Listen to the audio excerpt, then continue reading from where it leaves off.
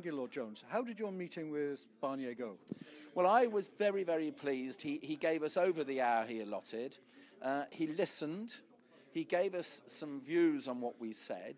He asked us if we would respect confidentiality on his views, but he said you can certainly say what you said to me, and you can also give an idea of the mood music, but what you mustn't do is quote what I said, and we will respect that.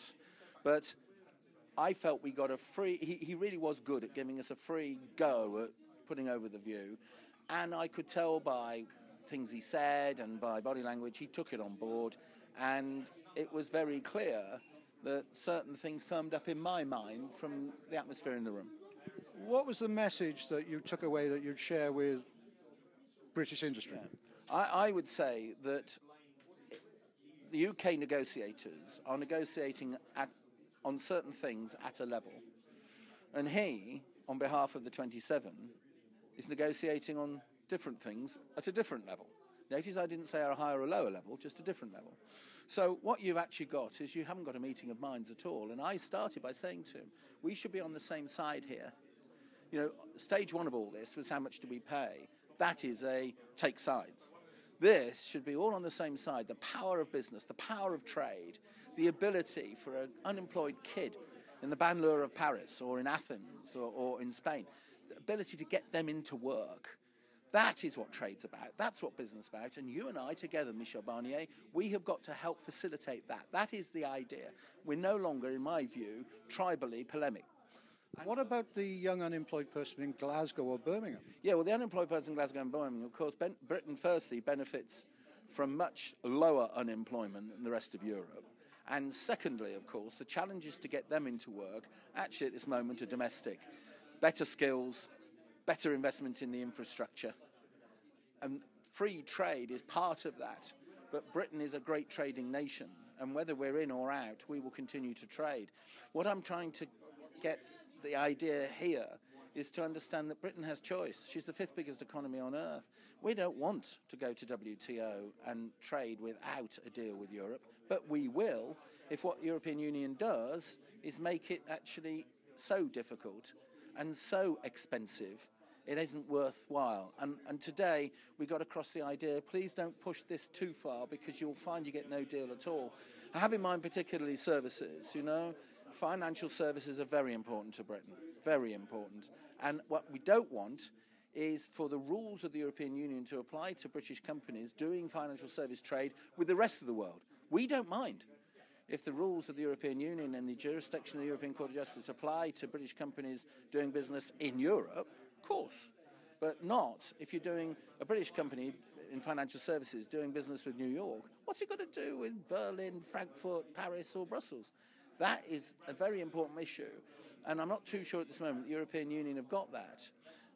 One thing that's very important to understand, and I learnt this today, and it has really informed my thinking, is that the leaders of the 27, and I have in mind particular Angela Merkel.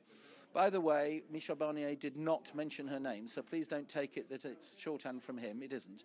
But my conclusion is that they will put the success in the long term, by long term I mean decades, even centuries, they will put the success of the European project ahead of the short-term economic benefit of people in the European Union going to work. Given that, should or does the businessmen in the UK have things to worry about in a hard Brexit? I don't think they've got things to worry about in a hard Brexit that they would not have if it was basically a soft Brexit which gave you all the impedimenta of the European Union without the benefit. And I am fed up of one of the great lies on earth. It used to be my check's in the post. Now it's I respect the will of the British people, but... And of course, what the ABC Club are doing, the Adonis, Blair, Clegg people, what they're actually saying is, oh, it's okay, we'll stay in this, we'll stay in that, we'll reverse the decision. What British business needs and will suffer from, and it needs, is certainty. It's predictability, it's stability. And so if we go on like this with almost a civil war back home, and Michel Barnier is sitting there saying, well, when you're ready to talk to me, yes, British business has got a lot to worry about. But if they know with clarity, we ought to run the numbers on a WTO scenario, which we hope won't happen. But you should know, Michel Barnier, that it could quite happily happen, and we did tell him that today, then I think British business will be fine, because it'll know where it is. Do you have any faith in the British negotiators? I think the British negotiators have got to understand that they are trying to buy a car and they're trying to be sold a house, or they're trying to buy an apple and they're being sold a pear. I'm coming to the conclusion that, frankly, everybody's talking on different levels. Do you see any hope for the future? I'm an optimist. Someone was kind enough yesterday to say, whenever I'm down, I listen to Digby and I feel cheered up. So I'm an optimist. I do actually believe the British side of this will emerge very well indeed. But I don't actually think it's going to be in the way that you or I or anybody else feels at the moment. It could get a bit bloody. I don't think bloody in terms of trade war. I really don't. But I do think that Germany and France are going to use this as an opportunity to cut Britain's wings in global markets, because they will see us as a rival. And we must not let this negotiation allow that to happen.